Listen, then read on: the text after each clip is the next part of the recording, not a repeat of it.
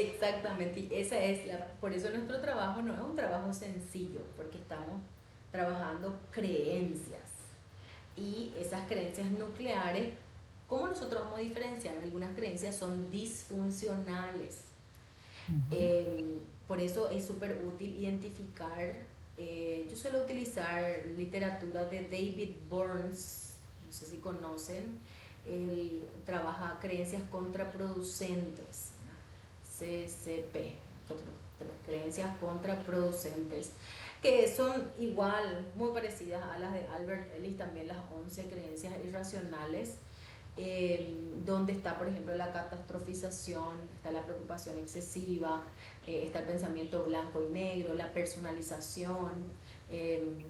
Entre esas creencias, yo tengo gente que me dice, pero yo ya le conozco por su forma. Sí, pero vos no le conoces a la persona. Sí le conozco, yo sé que se va a comportar así. Podés adivinar, quizás tu experiencia en la vida tal vez te dice, pero no le conoces a la persona. Yo ya le conozco ya a cierta persona por la forma en que entra, por la forma en que se sienta, la forma en que habla. Y eso, por ejemplo, es interpretación del pensamiento. Entonces, cuando nosotros vamos identificando las creencias irracionales en frases que son los pensamientos automáticos, algunos son conscientes, otros no tan conscientes, están muy automatizados ya. Eh, Ahí logramos hacer el trabajo, logramos desestructurar esa creencia. Pensamientos catastróficos, pero esto es un desastre, ¿verdad? ¿Verdad? Entonces, ¿realmente es un desastre o yo estoy interpretando la situación como un desastre? Eh, si, ¿qué es lo peor que puede pasar? Y así vamos cuestionando, vamos viendo la veracidad de eso. Y eso vamos a ir viendo módulo por módulo. Y yo ya me animé, ya me estoy viendo a varios módulos de una vez. Eh, entonces, vamos a ver el capítulo de la naturaleza de los trastornos emocionales.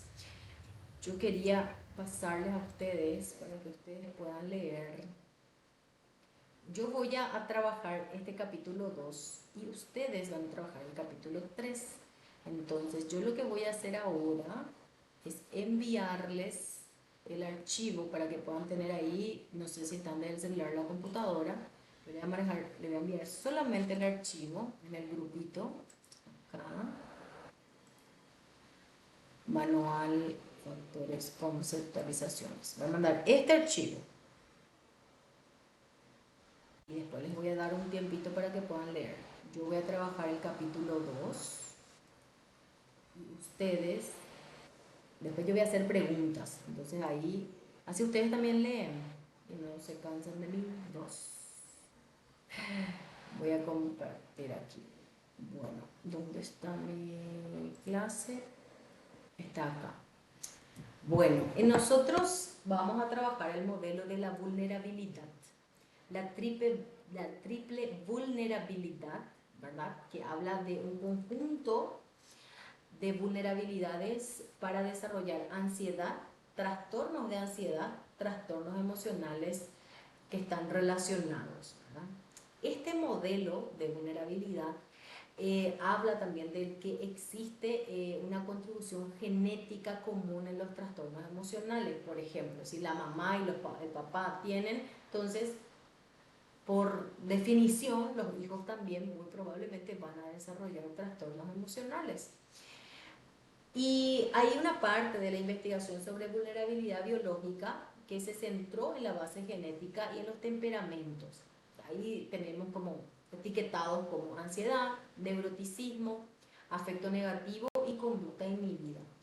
Y esta vulnerabilidad se mantiene inactivo o se mantiene latente hasta que un estímulo ambiental le despierte. Sería esa la explicación más sencilla de la vulnerabilidad genética, ¿verdad? Y hay algunas experiencias tempranas de infancia que son las que van a contribuir a desarrollar la vulnerabilidad psicológica generalizada para que pueda experimentar la persona ansiedad y estados afectivos que son, sí, estados afectivos más negativos. Y sumando todas estas experiencias, que no siempre van a ser perjudiciales las experiencias o no siempre van a ser traumáticas, pero sí pueden producir una sensación de falta de control o incertidumbre, que estos son la base del afecto negativo. Cuando la persona tiene esa sensación de, o tuvo en experiencias tempranas, esa sensación de falta de control o tenía incertidumbre, eso produjo el afecto negativo y le produjo o le va a producir ansiedad o depresión en el futuro. Esa es el pronóstico según la investigación. Y si estas dos vulnerabilidades, tanto la genética como la psicológica, se juntan, ¿verdad?, la persona tiene mayor predisposición a desarrollar ansiedad y depresión delante de los acontecimientos que son estresantes en la vida, ¿verdad? Y eso puede activar su vulnerabilidad. Eso habla el modelo de la vulnerabilidad, ¿verdad? Y el tercer tipo de vulnerabilidad es la vulnerabilidad psicológica específica. La anterior era la primera es genética, generalizada, y ahora la específica. Tres tipos de vulnerabilidades, ¿verdad?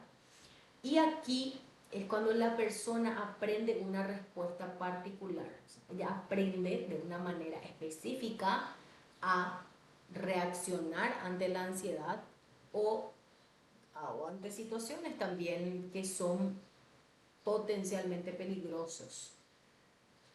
Y cuando no son, ¿verdad? La oscuridad, el agua, a lugares abiertos, cerrados. Entonces, la persona aprendió esto, pero no necesariamente estas cosas son, o estas situaciones son peligrosas.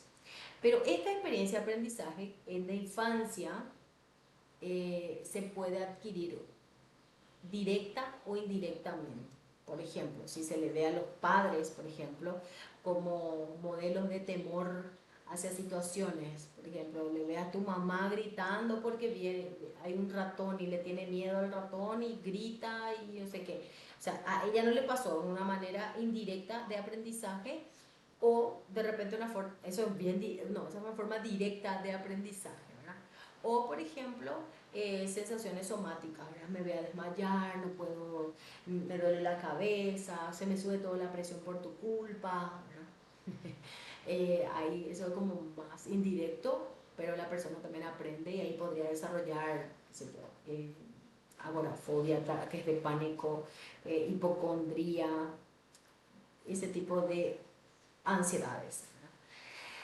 Y bueno, entonces, según nuestro manual, ellos dicen, ¿verdad?, que consideran que estas manifestaciones específicas de ansiedad representan síntomas concretos de trastorno y pueden ser variaciones relativamente triviales en la manifestación de un síndrome. Entonces, o sea, puede estar o puede no estar, puede ser o puede no ser, pero básicamente la etiología de los trastornos emocionales puede ser de base genética, de base generalizada o de base específica, directamente aprendido o no.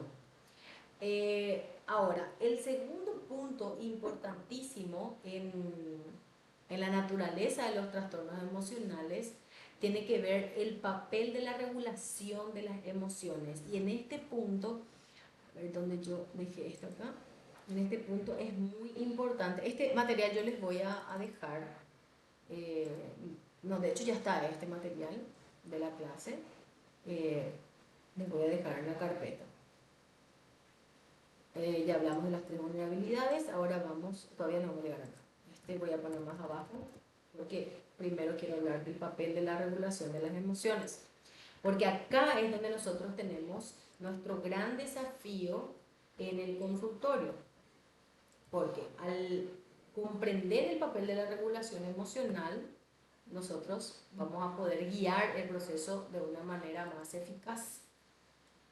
A ver aquí. Voy a abrir acá esta parte. Muy bien.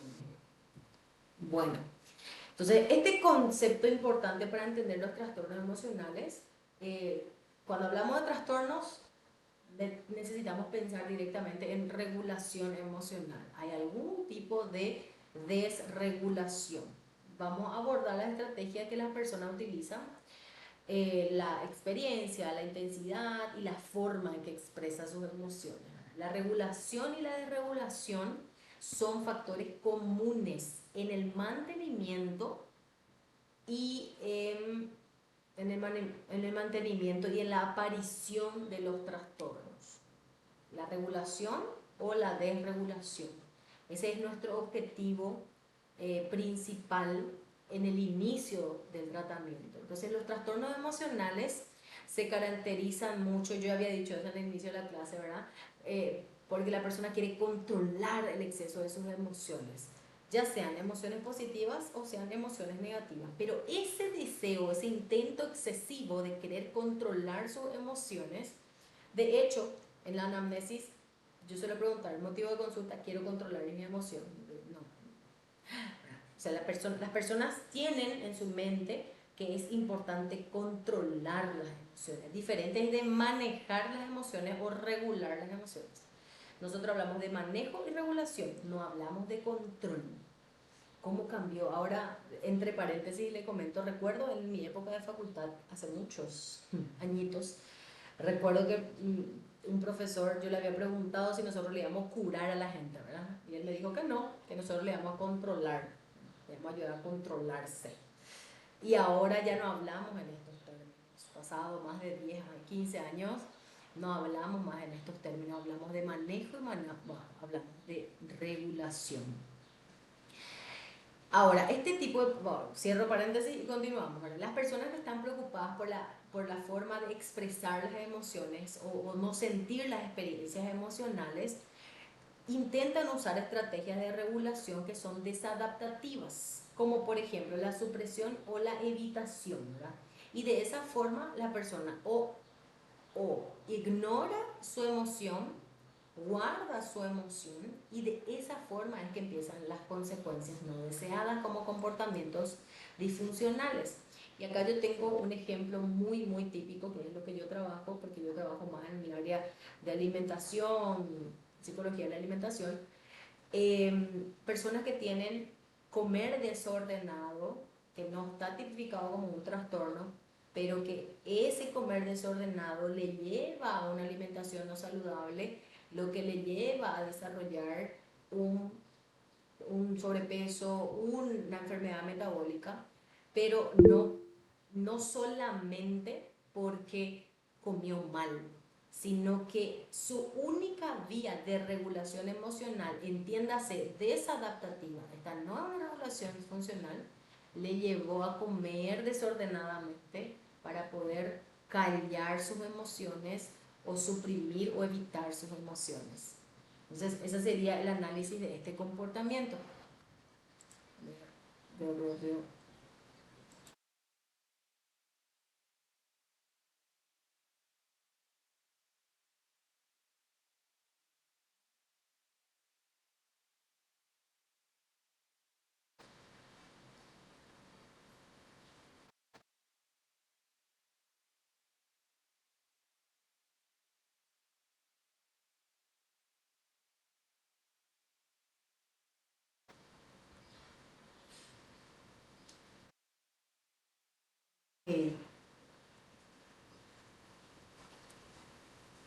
Bueno, la epigenética está muy relacionada con el ambiente, o sea, con la estimulación del ambiente, lo que pasa de afuera para adentro.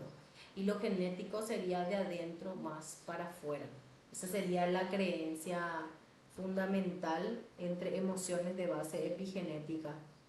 Sería decir, una reacción emocional epigenética podría ser por aprendizaje de mis padres, de la sociedad, de las redes sociales, que ahora también tienen mucha influencia en cómo reaccionamos emocionalmente, y la base genética, algo como que ya estamos programados por nuestro propio temperamento, por nuestra propia, lo subjetivo, lo mío para afuera, ¿verdad? Y control emocional y regulación emocional. Bueno, en el control emocional yo me aguanto la emoción, no digo nada, me callo. Entonces generalmente la gente piensa, yo me controlé, no le dije nada, pero explotó por dentro, le dio rabia y se fue y comió, por ejemplo, un pote de helado. Ahí hubo un control disfuncional de la emoción, no hubo una regulación emocional. En la regulación emocional yo voy a utilizar habilidades eh, socioemocionales, como por ejemplo la inteligencia emocional. Voy a ser asertiva y voy a decir, me molestó esta situación y específica y me gustaría que la próxima sea de esta y de esta forma, siendo lo más asertivo posible. Ahí hay regulación emocional, ahí hay terapia en día, ¿verdad? Terapia al día. Esa sería la diferencia principal entre los dos. Yo no sé por qué mi... Voy a quitar este.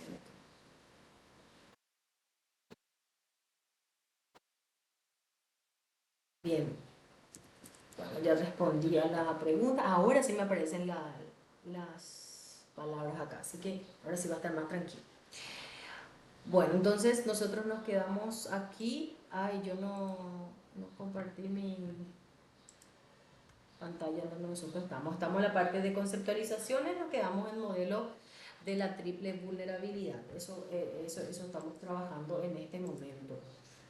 Bueno, entonces hay evidencia, esta parte conceptual es un poco, me imagino que puede ser un poco tediosa para ustedes, pero necesito mucho hacer esta parte conceptual porque son parte de los principios de la terapia cognitiva que ayuda a que nosotros tengamos una interpretación o un análisis funcional esquematizado del consultante que está con nosotros. Por ejemplo, al saber que existen muchos trastornos emocionales donde la gente intenta regular sus emociones, intenta regular de una manera desadaptativa. Yo generalmente pongo el ejemplo de la comida porque este es socialmente aceptado, pero nosotros pensamos que estamos todos bien por la forma en que comemos mucho y que nos gusta nomás comer. Pero si detrás del diálogo, del discurso de esa persona vemos su contexto, vamos a darnos cuenta que ese comer es un comer irregular, un comer emocional, un comer descontrolado o desordenado para tratar de regular o evitar experiencias emocionales, ya sean felices o ya sean tristes. Tuve un caso de una persona que logró identificar que, por ejemplo, ella no creía merecer ser feliz. Entonces, ¿qué hacía? Cuando estaba contenta se iba a celebrar comiendo hasta que le dolía el estómago, hasta que tenía náuseas. Entonces era tanta su felicidad, entre comillas, que después necesitaba quedarse enferma para poder equilibrarse. Era como, esa era la forma que no sabía lidiar con la alegría. Venía de un contexto emocional de muchos problemas intrafamiliares, de escasez de comida, de muchas discusiones, muchas peleas, humillaciones. Entonces ahora que ella había tomado decisiones diferentes que le llevaba a ser una persona más feliz, entre comillas, tenía momentos más felices, ella hacía como, no sé si usa la palabra autosaboteo, pero vamos a explicar de esa forma, ¿verdad? Que se entiende mejor. Se autosaboteaba su felicidad. Entonces ella estaba contenta y comía hasta enfermarse del estómago, ¿verdad? Que le daba mal, ¿verdad? Y ahí teníamos un comportamiento disfuncional diferente, una dificultad de adherirse a hábitos saludables, porque allá en el fondo ella no creía que ella merecía ser feliz.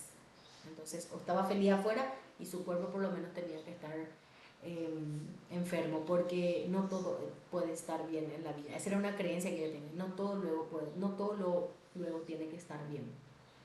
Imagínense, esa era una creencia profunda nuclear, no todo luego tiene que estar bien. Entonces, si está bien, yo voy a interferir para que se cumpla mi creencia. Profecía autocumplida. Bueno, entonces me quedé en este punto de evitar. Bueno, este proceso, ¿verdad? Tenemos también la depresión, la ira, la manía. También comparten estos comportamientos disfuncionales, ¿verdad? De regulación.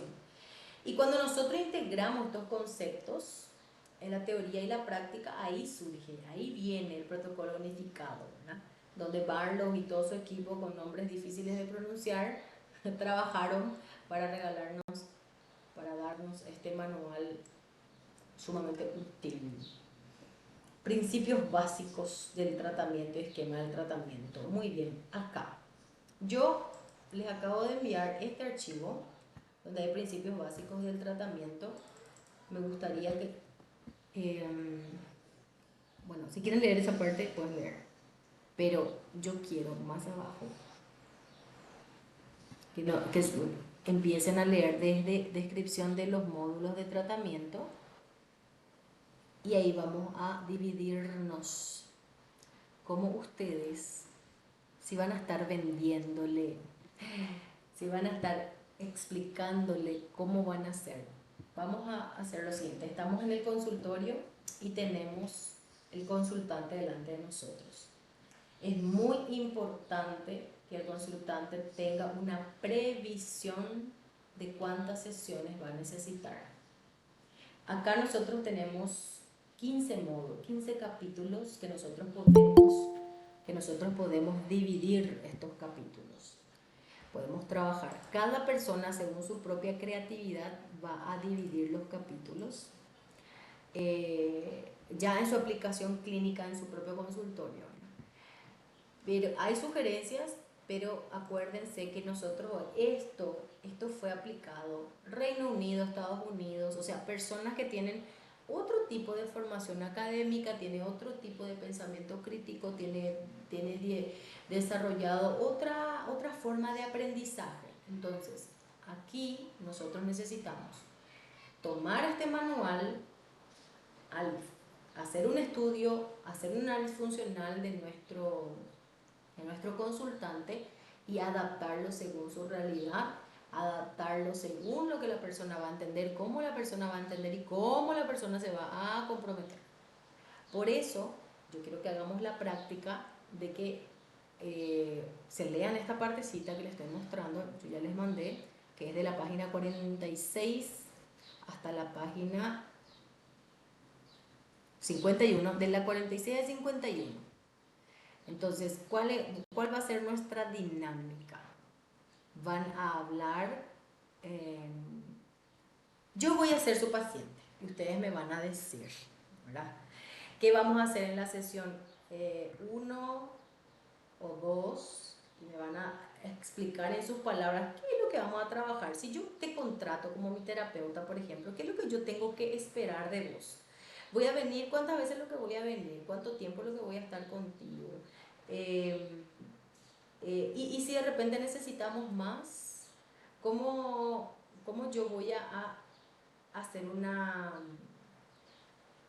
van a crear la alianza terapéutica conmigo? ¿Cómo me van a convencer de que yo quiera quedarme con ustedes por un año, por ejemplo? ¿Por qué? Esto es algo muy importante, que la persona tiene que tener una visualización de su proceso. Por eso es importante tener en cuenta el manual, los puntos que podemos. Voy a hacerle una simulación a ustedes antes de que lean el contenido, porque esto ya les va a dar contenido para poder hablar con la persona. Fuimos entrenados en la facultad que no le podemos decir a la persona cuánto tiempo va a necesitar. Ese es un extremo. Después está el otro extremo. Después el otro que dice no, 16 sesiones y punto, chao. Tampoco. O sea, nosotros podemos decirle, mira, dependiendo, vamos a ver en el inicio. Yo les voy a hacer una mini presentación antes de que ustedes se pongan a leer el contenido. Entonces, nosotros estamos trabajando este trastorno X contigo. Y a partir de ahora nosotros necesitamos ver los objetivos personales que vos tenés, los que ya me escribiste en tu anamnesis. ¿Te acordás de aquel formulario que te hice llenar antes de la consulta? Sí, ahí pusiste tu motivo de consulta y lo que te gustaría específicamente trabajar. A partir de esta evaluación y el protocolo que voy a trabajar contigo, yo quisiera que nos centremos en estos puntos, por ejemplo, que puedas identificar cuáles son las emociones, y eso hacemos con educación emocional. Para eso necesitamos 1 a 3 sesiones aproximadamente. A partir de ahí yo te voy a aplicar algunos test para identificar cuáles son tus creencias irracionales o creencias disfuncionales, para que a partir de allí podamos trabajar técnicas para que podamos cambiar esos pensamientos que te están trayendo tanto malestar. Después vamos a llegar a un momento donde vamos a identificar cuáles son tus comportamientos que te hacen sentir, que hacen que aparezcan los síntomas, y luego vamos a hacer algunos experimentos personales donde vamos a trabajar en la sesión y vos fuera de la sesión y me vas a contar cómo fue tu experiencia. Y sería más o menos la segunda fase de nuestro tratamiento. Y ya en la parte final vamos a ir controlando todo lo que ya fuimos identificando, la reestructuración cognitiva, la flexibilidad cognitiva, identificando todas las cosas que te llevan a hacerte sentirte mal. Entonces, más o menos estaríamos trabajando entre 15 a 18 sesiones aproximadamente. Y en el caso de que vos necesites más tiempo, nosotros vamos a hacer una nueva evaluación. Por decirte, el primer, el segundo y el tercer módulo vamos a trabajar la motivación, tu compromiso, realmente cuánto compromiso vas a tener con este tratamiento. A ver, ¿dónde tenemos? Y en el módulo 2, que pueden durar 1 o 2 sesiones, vamos a entender las emociones que tienen funciones. ¿Tú sabes para qué sirve la ira, por ejemplo? ¿Sabes para qué sirve la alegría? No, no sé. Bueno, todo eso nosotros vamos a ir aprendiendo en este proceso. ¿Alguna pregunta? Entonces ahí va siguiendo la conversación de acuerdo al interés que la persona va poniendo, porque le vamos presentando. Bueno, entonces hasta aquí vamos a esta parte, vamos a hacer un descanso de la grabación, pero ustedes van a ponerse a leer ahora.